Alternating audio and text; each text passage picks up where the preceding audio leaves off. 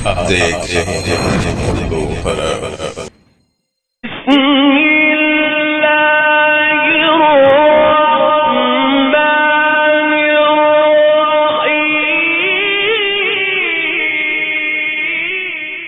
वालेकुम वरहमतुल्लाहि वबरकातुहू।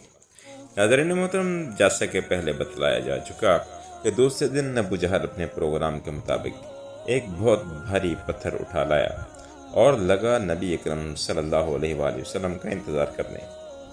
उधर नबी अकरम सल्लल्लाहु अलैहि वसल्लम भी आदत के मुताबिक सुबह की नमाज के बाद वहाँ तशरीफ़ ले आए। उस वक्त आप सल्लल्लाहु अलैहि वसल्लम का किबला बैतुल मक़दस की तरफ था, क्योंकि उस वक्त काबतुल्लाह को किबला बनाने का हुक्म नाज़िल नहीं हुआ था। आप सल्लल्लाहु अलैहि वसल्लम नमाज के लिए रुकन यमानी और हजर अस्वद के दरमियान खड़े हुआ करते थे। काबे को अपने और बैतुल मक़दस के दरमियान में लिया करते थे। आप सल्लल्लाहु अलैहि वसल्लम ने आते ही नमाज की नीयत बांध ली। इधर क्रैश के लोग अपने अपने घरों में बैठे इंतज़ार कर रहे थे कि देखें आज क्या होता है, अबू जहल अपने प्रोग्राम में कामयाब होता है या नहीं।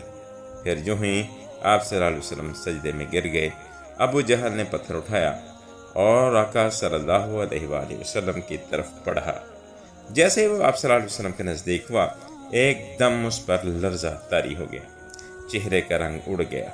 घबराहट के आलम में वहाँ से पीछे हटाया। उधर पत्थर पर उसके हाथ इस तरह जम गए कि उसने चाहा हाथ इस पर से हटा ले, लेकिन हटा ना सका।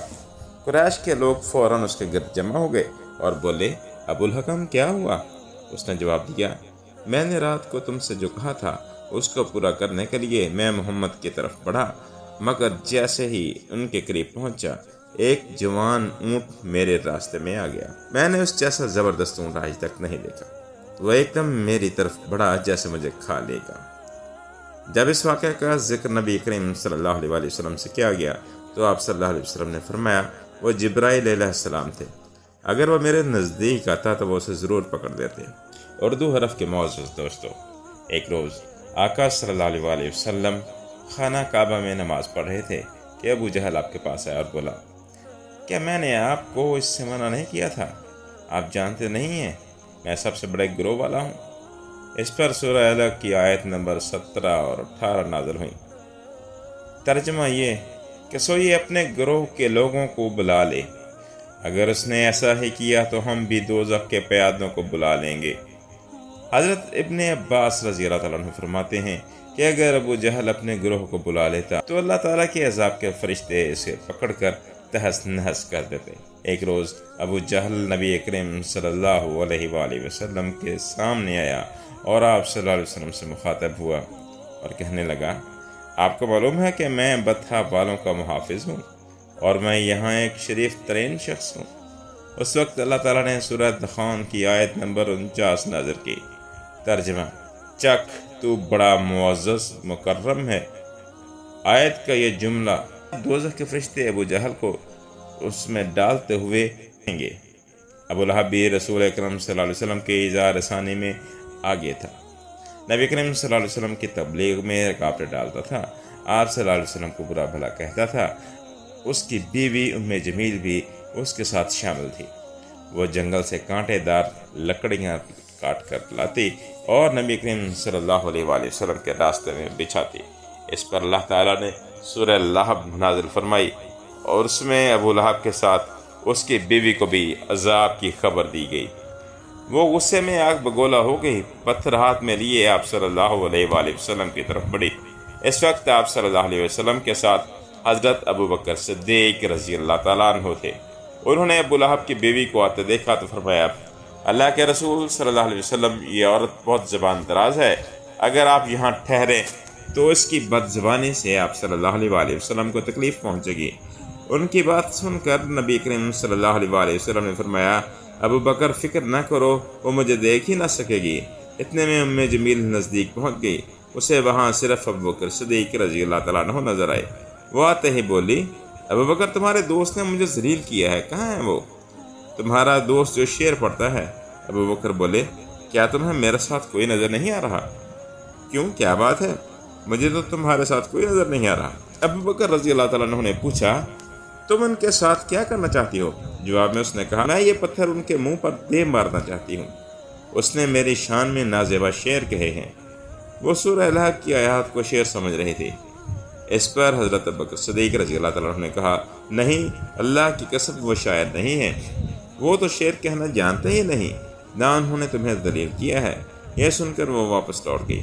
بعد میں ابوبکر صدیق رضی اللہ تعالیٰ عنہ نے آپ صلی اللہ علیہ وآلہ وسلم سے پوچھا اے اللہ کے رسول صلی اللہ علیہ وآلہ وسلم، وہ آپ کو کیوں نہیں دیکھ سکی؟ آقا صلی اللہ علیہ وآلہ وسلم نے ارشاد فرمایا ایک فرشتے نے مجھے اپنے پروں میں چھپا لیا تھا۔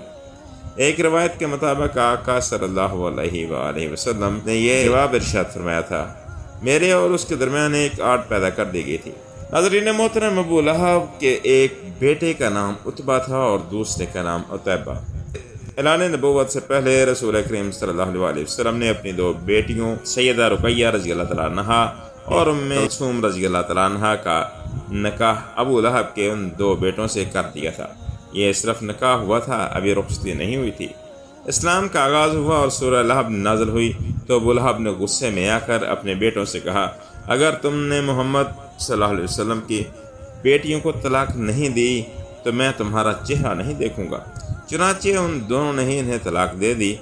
دیکھا جائے تو آقا صلی اللہ علیہ وسلم کی بیٹیوں کے لیے اس میں حکمت تھی، گویا اللہ تعالیٰ نے چاہا کہ یہ پاک صاحبزادیاں عتبہ اور عتیبہ کے ہاں نہ جا سکیں۔